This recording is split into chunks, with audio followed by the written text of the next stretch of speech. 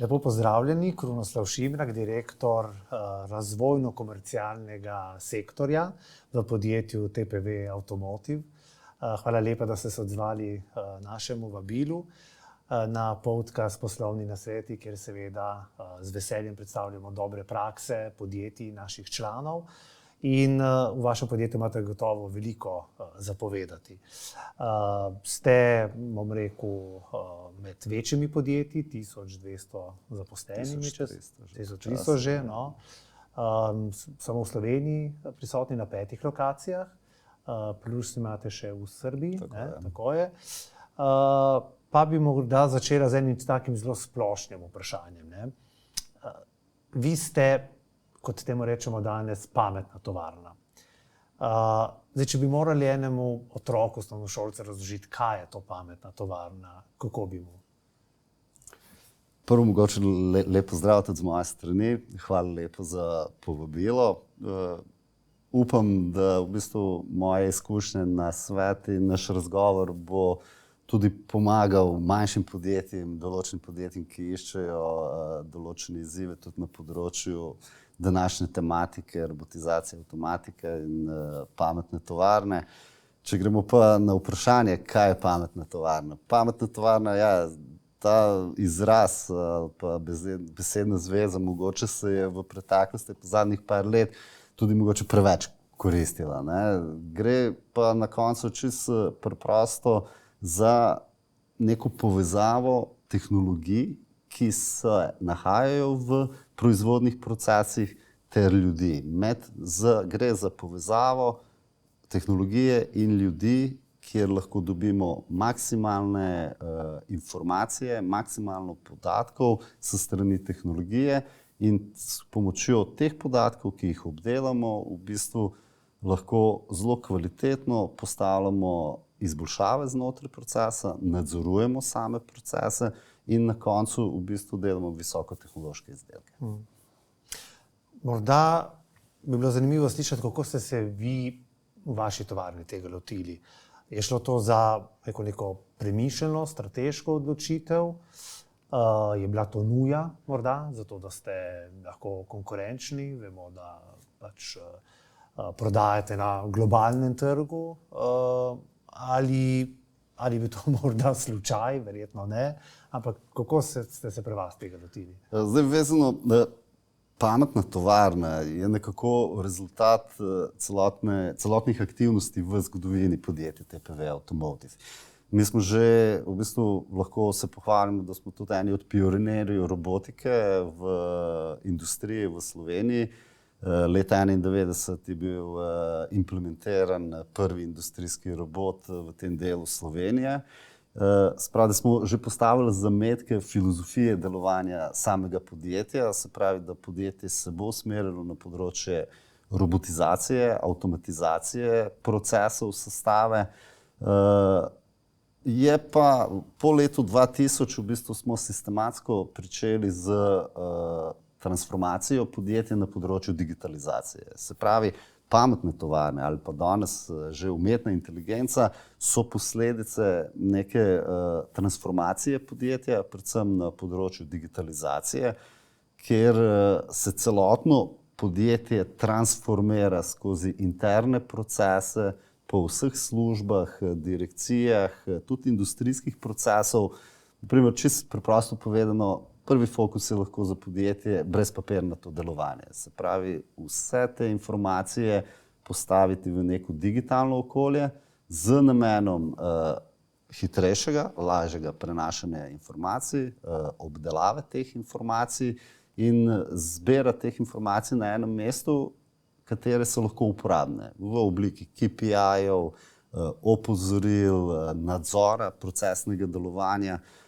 Je pa tudi z tehnološkim napredkom v avtomobilski industriji, predvsem kjer smo mi kot podjetje TPV Automotive najbolj aktivni, definitivno poudarek na visokotehnološki učinkovitosti in nadzoru teh procesov. Se pravi, pametna tovarna ni rezultat parletnega dela ali pa neke filozofije zadnjih par let, ampak tega pristopa do filozofije robotizacije, implementacije industrijskih procesov na visokotehnološkem nivoju in pol digitalne transformacije.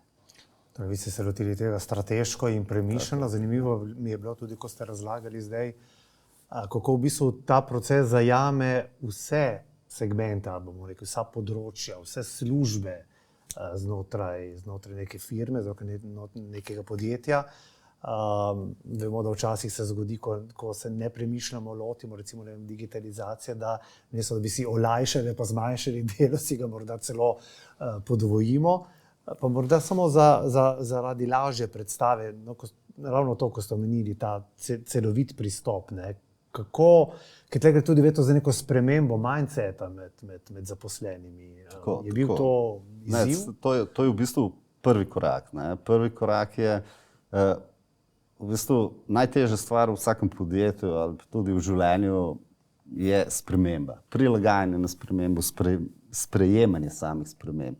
In v podjetju, ja, je praksa pokazala, dosti podjetij, ki so bila fokusirana, da bodo izpeljala digitalno transformacijo in tako naprej. V bistvu so se lotila tega procesa bolj površno, se pravi polovično in na koncu namesto zelo dobrega ali pa olajšanega dela rezultata so se pojavili sami problemi. Pri nas v bistvu to je bil proces gradnje same filozofije, mindseta zaposlenih, komunikacije in s kupci, z dobavitelji. V bistvu digitalna transformacija res povzema ali nekako zaokrožuje celotno podjetje in celoten ekosistem podjetja, v katerem delujemo. Se pravi, tudi okolico, vsi partnerji, kateri sodelujejo z nami, ali je to na področju kupcev, dobaviteljev, partnerjev na področju izobraževanja in tako naprej, v bistvu so vključeni v ta ekosistem. No, to je tudi zanimiv pogled, ko ste omenili dobavitelje, kupce, mogoče predvsem dobavitelji, v kolikšni meri so se morali prilagoditi. Dobavitelji se prilagajajo, ker v bistvu vsako podjetje ima interes, ker digitalna transformacija, digitalizacija procesov in tako naprej ima koristi, ampak samo s pravim pristopom. Se pravi, če pravilno pristopamo, predstavljamo prednosti in jih vidimo, začutimo na koncu te prednosti tudi, v bistvu se zelo olajša ta implementacija v realno življenje. So v bistvu tudi vi kot dobavitelji pomembnih avtomobilskih evropskih znamk ste verjetno morali na nek način se prilagajati tem svojim kupcem. Podjetje TPV Automotive kot, bi rekel, dobavitelj premijskim znamkam, se pravi BMW, Mercedes-Benz, Jaguar Land Rover, Volvo, v bistvu se učimo od naših kupcev in tudi sodelujemo z njimi, v bistvu, da se nenehno izboljšamo. Ker proces digitalne transformacije ali pa proces robotske implementacije procesov, to je proces, ki se nenehno spreminja in izboljšuje. Sami vidite, kaj se dogaja na področju tehnološkega napredka. Zadnjih 15 let že na sami robotizaciji, avtomatizaciji, danes govorimo o umetni inteligenci. In podjetja, ki niso pripravljena na te spremembe, v bistvu se jim hitro lahko zgodi, da postanejo nekonkurenčna, zaspijo nekako in ko postaneš nekonkurenčen v tem procesu, v bistvu avtomobilske industrije je zelo težko priti nazaj. Kaj bi na primer svetovali enemu podjetju, ki se šele spušča na to pot, morda predvsem srednje majhnemu podjetju, ki nima toliko resursov na razpolago, kot jih imate vi, kje naj začne? Pa v bistvu ključ je v povezovanju, v povezovanju z lokalnim okoljem, če se tam nahajajo v bistvu izobraževalne ustanove, raziskovalni inštituti, povezovanje s kupci, pridobivanje informacij, povezovanje na koncu tudi z konkurenti. Konkurenta ne smemo zmeraj gledati kot čistega konkurenta, da se ga moramo izogibati, ampak konkurent v bistvu lahko pripelje tudi do dobrega sodelovanja, odpiranja novih trgov, pridobivanja novih izkušenj, izmenjava teh izkušenj. TPV Automotive tudi ogromno sodeluje z Gospodarsko zbornico Slovenije, kjer poskušamo izmenjati te pozitivne izkušnje in normalno na vseh takšnih sestankih, srečanjih, v bistvu se vrti vprašanje, kako se kaj naredi, da se lahko izboljšajo ti procesi ali da se pa olajšajo začetki vpeljave novih tehnologij. Ampak ena od vaših dejavnosti, ne, je v bistvu tudi ponujanje, ne, če se ne motim, tovrstnih storitev, spravi, verjetno drugim potem pomagate vzpostavljati pametne tovarne. Pa v bistvu tako, ne? Mi razdeljeni smo, eden od ključnih stebrov delovanja, eden od je definitivno razvojni inženiring. Znotraj tega razvojnega inženiringa smo izključno po potrebi naših internih procesov in dviga konkurenčnosti v bistvu pričeli razvijati module pametnih tovarn, se pravi vključevanje strojnega vida, umetne inteligence, visokotehnološke robotizacije znotraj procesov, katero na koncu v bistvu tudi tržimo, v bistvu predstavljamo te rešitve.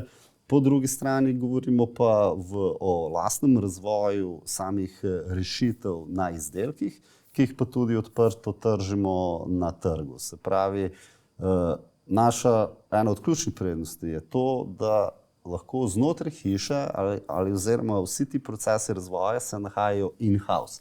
Se pravi, od TRL-1 faze do TRL-9, se pravi do neke serijske produkcije, je lahko izpeljana znotraj hiše.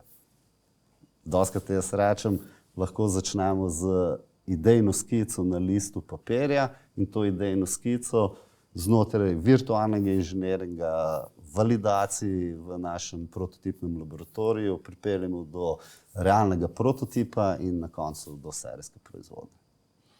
Če se spet vrnem malo k tej robotizaciji, mislim, 95% procesov sestave, ne, je pri vas že robotiziranih in potem se seveda človeku samodejno pojavi vprašanje, kakšna je sploh še vloga človeka v tem procesu. Pa jaz moram reči, da vloga človeka v naših procesih je ključna. Znanje naših zaposlenih je ključno. Brez znanja in naših zaposlenih v bistvu mi ne bi bili niti na tem nivoju robotizacije, ki smo danes. Ne? Mi, na primer, z 95% robotiziranim sistemom sestave vključujemo, ali pa tako bom rekel, proti koncu letošnjega leta bomo že vključevali v naše procese skoraj 500 integriranih robotov, kar se pravi, da imamo enega robota skoraj na 3 zaposlene. Je visoko tehnološko robotizirano podjetje in zato v ozadju potrebujemo tudi visoko izobražene ljudi, potrebujemo ljudi, ki podpirajo znotraj procesov tudi robotizacijo, s tem pa tudi dvigamo konkurenčnost. Dostikrat se je pojavilo vprašanje, kaj to pomeni za ljudi, robotizacija. Mi pravimo, če ne bi bilo robotizacija, mi ne bi rasli s takim stabilnim tempom, kot rastemo danes. In znotraj podjetja TPV Automotive tudi omogočamo zaposlenim interne rekvalifikacije, dodatne izobraževanja, se pravi, imamo tudi TPV Akademijo, ki se predvsem ukvarja z izobraževanjem, tehničnim, strokovnim izobraževanjem zaposlenim, da so pripravljeni na vse te spremembe, ki se dogajajo ali pa bodo prihajale v prihodnje. Ko ste rekli, ne bi mogli rasti, ste verjetno mislili, da ne bi mogli slediti zahtevam vaših kupcev. Tako. V bistvu postaješ počasi nekonkurenčen. Ne? To je tisto, če se vrnemo par vprašanj nazaj. Robotizacija ni načeloma, če se nahajaš ali pa če v bistvu proizvajaš in razvijaš visokotehnološke izdelke, ni vprašanje robotizacije ja ali ne, kvečjemu je vprašanje, koliko hitra robotizacija pa kdaj se robotizira. V kolikšni meri je ravno ta inovativnost vaših kadrov pripomogla k tej hitrejši rasti robotizacije in k uspešnosti podjetja? Moram reči, da v podjetju TPV Automotive rast podjetja je predvsem temelji na inovativnosti zaposlenih in inovativnih rešitvah. prve inovacije, ali v bistvu nek grobi proces sprejemanja inovacij s strani zaposlenih smo že pričeli v letu 2007 in od takrat v bistvu gojimo, moram reči, inovativno kulturo znotraj podjetja, ki je zrasla v bistvu do te mere, da ljudje sprejemajo pri nas inovativnost kot samoumevno. Ni nekaj novega, ampak samoumevni proces in s tem se zavedajo, da z inovativnimi pristopi, inovativnim razmišljanjem, moram reči, razmišljanje out of box, da prihajamo do inovativno razvojnih rešitev, ki so lahko tudi prebojne na globalnem trgu. Ni pa inovativnost tudi v drugih podjetjih, v bistvu inovativnost ne pride sama po sebi. Če hočemo imeti inovativno podjetje, inovativne zaposlene, v bistvu moramo kot vodstvo in kot podjetje vlagati v zaposlene. Se pravi, mi ogromno delamo z zaposlenimi na področju inovativnosti, promoviramo inovativnost znotraj podjetja, v vseh stopnjah podjetja, zbiramo inovativne predloge. Enkrat letno, moram reči, že več kot skoraj 15 let prirejamo dneve inovativnosti, kjer v bistvu javno pohvalimo in nagradimo v bistvu naše zaposlene, ki so prišli ali v bistvu podali najboljše inovativne predloge, tako da na področju tehnoloških rešitev ali na področju v bistvu boljših delovnih pogojev in tako naprej, kot tudi v bistvu inovativne time, kjer spodbujamo tudi timsko inovativnost. Začeli smo individualno, ampak poudarek je na timskem sodelovanju. Vemo, da zelo homogeni timi, ki delujejo usklajeno, lahko pridejo do zelo, zelo prebojnih rešitev. In tukaj v bistvu to z moje strani ena velika pohvala za naše zaposlene, da pozitivno gledajo na ta pristop ali pa ta proces inoviranja v našem podjetju. Na koncu pa v bistvu tudi, bi rekel, ne toliko pridobljeni posli, ker so posledice inovativnosti, ampak tudi nagrade se strani gospodarske zbornice, podjetja TPV Automotive nam povejo ali v bistvu nam dajo to pohvalo, da smo eno od najbolj inovativnih podjetij v Sloveniji. Ko pravite, nagrajujete zaposlene, pa je tudi finančno, v denarju? Tudi finančno, ampak sami vemo, da v bistvu finančni vzvodi so dostikrat kratkoročni. V bistvu delamo ogromno na tem, da zaposleni tudi naprimer prihajajo do razvojnih rešitev v nekem pozitivnem okolju, open space, se pravi moderna arhitektura po najnovejših smernicah, prost v bistvu vrtenje znotraj ekipe, da so te ekipe povezane, da niso nekako pokupčkane po določenih pisarnah, ampak delujemo predvsem na tej sinergiji med ekipami, da pride do najboljših rešitev. Imate morda tudi kakšne številke, koliko ste recimo s pomočjo teh internih inovacij, ne vem, prihranili pri nekem procesu ali kakorkoli? Jaz bi mogoče to drugače obrnil. Ključni posli, novo pridobljeni posli, kot je strateški posel podjetja TPV Automotive z BMW-jem, Volvotom in drugimi premijskimi znamkami, so posledica ali učinek teh inovativnih rešitev in pristopa naših zaposlenih in celotne organizacije. Mi se moramo zavedati, slovenska podjetja nastopamo na globalnem trgu, kjer konkuriramo z podjetji, kjer imajo 20.000 zaposlenih, so prisotni v bistvu po vseh kontinentih. In tukaj ne bom rekel, da smo malo podjetje, smo veliko podjetje, ampak še zmeraj po številu zaposlenih veliko manjši od teh velikih globalnih playerjev. In vidimo, da s inovativnim pristopom, z inovativnimi rešitvami lahko smo konkurenčni in pridobivamo res top posle. Če sem zdaj prišel na vprašanje, ko govoriva o inovacijah, so to take inovacije, ki zahtevajo tudi neko patentiranje, prijava teh patentov? Ja, odvisno. Ne? Zdaj tako, lahko prihaja tudi do inovacij, ki je končni rezultat, pravimo, ali produkt, ki je uspešen na trgu in za sabo nosi patent. TPV Automotive ima 7 patentov na svoje produkte. Po drugi strani so pa tudi inovacije, naprimer mi delimo nekako inovacije na tehnološke, ki v bistvu razvijajo z nekim inovativnim pristopom nove tehnološke rešitve v naših procesih, produktne inovacije, ki s inovativnim pristopom pridemo do novega produkta, za katerega na to ocenimo, ali ga je potrebno patentirati ali ne. Imamo pa še druge inovacije, ki lahko tudi pozitivno vplivajo tako na procese znotraj podjetja, ali tudi družbene inovacije, s katerimi v bistvu mi kot podjetje zelo družbeno odgovorno, danes tudi v bistvu v zeleni obliki delujemo na okolico, kjer se nahajamo. Ker na koncu se moramo zavedati, da z rastjo podjetja v bistvu raste tudi družba, ki se nahaja okoli nas, prebivalci, in to so tudi naši prihodnji ali bodoči zaposleni inženirji. Sem vprašal glede patentiranja, ker se mi zdi, da mnoga podjetja imajo malo dileme.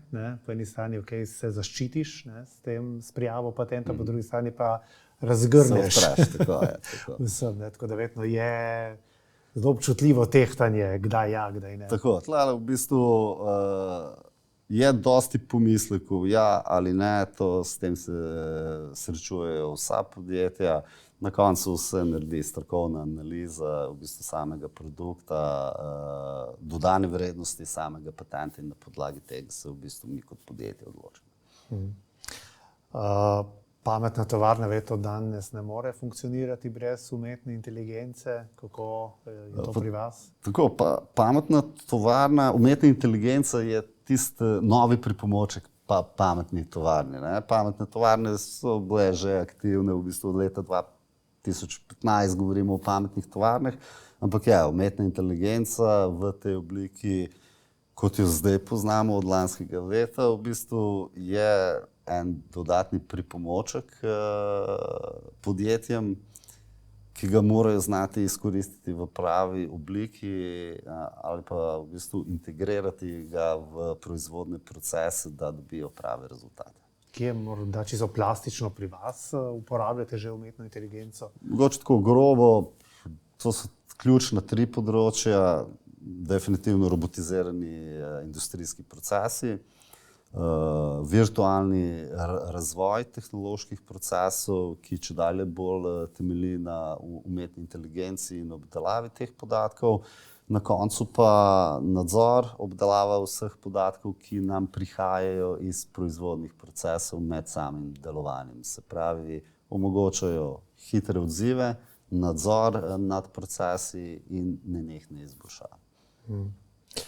Prej ste rekli, da, mislim, da ste rekli v zadnjih 15 letih, kako je napredovala ta robotizacija, avtomatizacija. Zdaj pri umetni inteligenci verjetno ne bomo govorili o letih več, ampak o mesecih, ker je ta razvoj tako blazno hiter. Se vam približno svita, kaj bo to pomenilo za vas, kako hitro se bo treba prilagajati na te spremembe? Vse to, ko smo se prej pogovarjali, podjetje mora biti pripravljeno. Danes podjetje mora biti pripravljeno na hitre spremembe. Naprimer, podjetja, ki danes začenjajo govoriti o neki digitalni transformaciji in tako naprej, se bojim, da so že zamujajo ta vlak.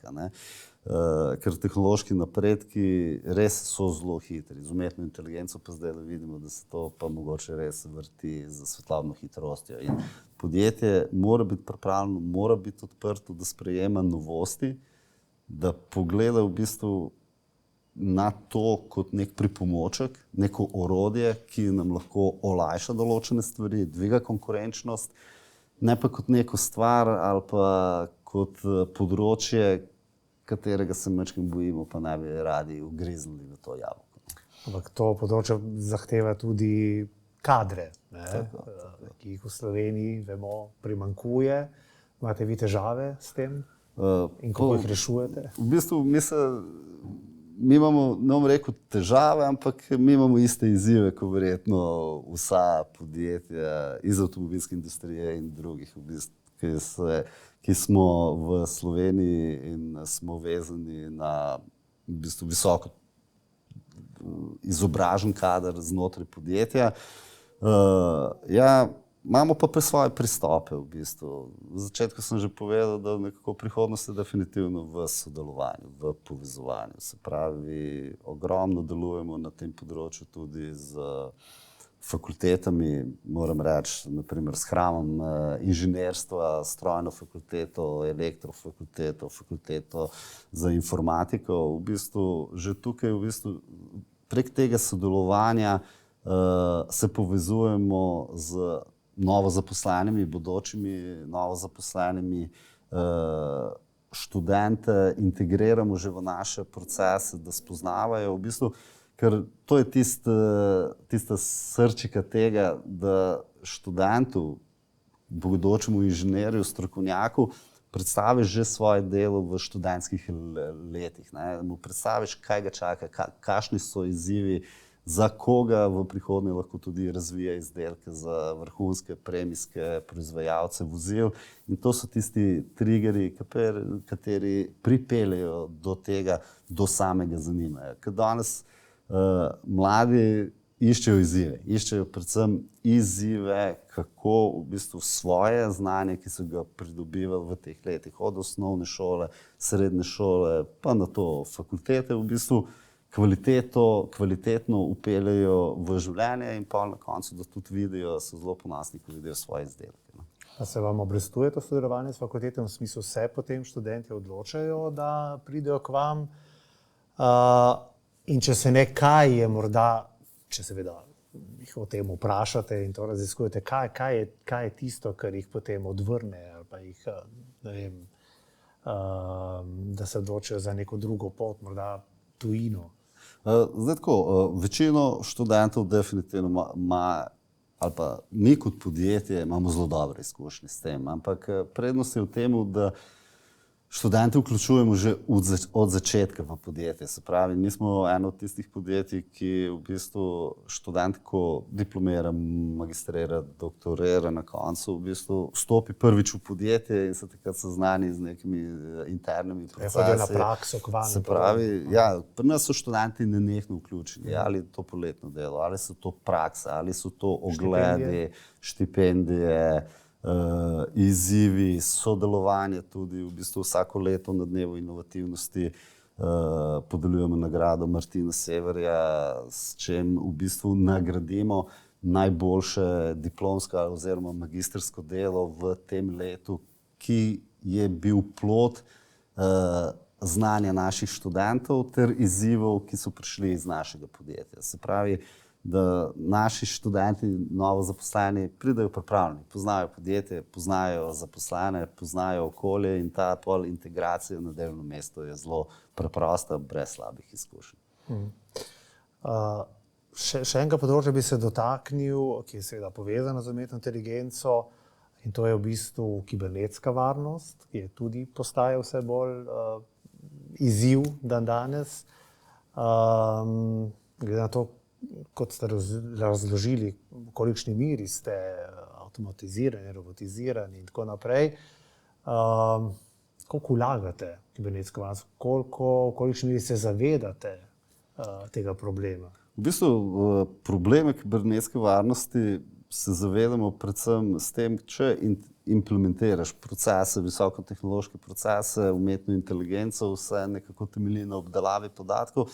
Se pravi, da se tudi zavedaš, da je možnost, da pride do napačne uporabe ali vdora do teh podatkov. Se pravi, poudarek je ogromen na tem področju, ogromno tudi sodelujemo z proizvajalci vozil, ki vpeljujejo neke svoje standarde. Tudi smo bili pred kratkim v fazi vpeljave novega standarda TISAX, ki narekuje smernice v bistvu digitalne varnosti znotraj podjetja. In tukaj v bistvu nekako poskušamo, vemo vsi, če čisto zapremo nekako procese podjetja, v bistvu lahko postanemo zelo hitro rigidni. Nismo več fleksibilni, kaj nam omogoča hitre odzive in tako naprej. Po drugi strani v bistvu moramo pa biti zaprti zaradi varnosti. In tukaj je zdaj ogromen poudarek, kako integrirati vitke procese ali pa vitke procese delovanja z čim manjšimi omejitvami, ampak seveda, da je tista kapa na vrhu, ki nas ščiti. Si predstavljam, da je tudi to danes zelo pomemben vidik konkurenčnosti, ne? Ko se pogovarjate z vašimi kupci, ker to pomeni, kako zanesljiv dobavitelj ste. Tako. To v bistvu v preteklosti dosti bilo govora v standardih 14001, 9001, IATF in tako naprej. Mi moramo reči, da naše podjetje TPV Automotive je že na nivoju, kjer ti prvi standardi, prvi koraki so že samoumevni. Danes kupci pa tudi vidimo, v bistvu, kako Evropa, v bistvu, kam se dajejo največji poudarki, se pravi, to je ta zeleni prehod, uporaba obnovljivih virov, digitalna varnost, kibernetska varnost. Se pravi, ti vsi sistemi, če so vpeljani, se pravi, tudi preko tega se rangirajo v zadnjih par let dobavitelji. Ker smo že pri koncu s časom, morda sem še eno vprašanje, tako spet malce bolj lahkotno, da zaključiva. Med pogovorom ste kar nekajkrat omenili družbeno odgovornost, lokalno okolje. Dobil sem občutek, da vaše podjetje veliko da na to področje. Tudi danes vemo, da je veliko govorimo o tako imenovanem ESG-ju, se pravi o tej kombinaciji okoljevarstva, poslovodenja in pa družbe. V kakšnih oblikah se izkazuje, bom rekel, ta vaša trajnost, ta vaša družbena odgovornost? V bistvu, če bi lahko razlagal kar nekaj časa, ampak bi rabilo posebno tako, ampak bi rekel, če je na primer to danes tehnološka tema, povezava z procesi, kako smo mi tudi zelo aktivno, v bistvu ozaveščamo tudi mlade, že osnovnošolce, kaj pomeni biti inženir, kaj je inženirsko delo, kakšna je dodana vrednost inženirskega dela. Potlej spodbujamo inovativnost. Vemo, inovativnost ni samo končna rešitev v industrijskem procesu ali v nekem podjetju.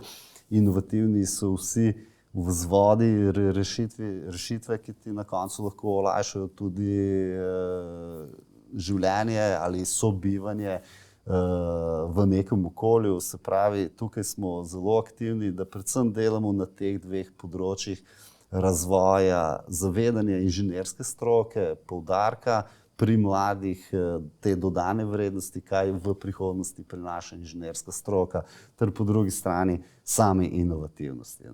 Pripravljamo v bistvu dogodke, tudi vsako leto nagrajene inovacije s strani Gospodarske zbornice Dolenjske in Bele krajine razstavljamo na glavnem trgu v Novem mestu, kjer v bistvu s tem pohvalimo inovatorje v vseh podjetjih, pohvalimo inovativne procese, s katerimi se ta podjetja ukvarjajo, ter v bistvu tudi informiramo javnost, mlade, v bistvu, kakšne so možne vse rešitve, bom rekel, v naši Sloveniji.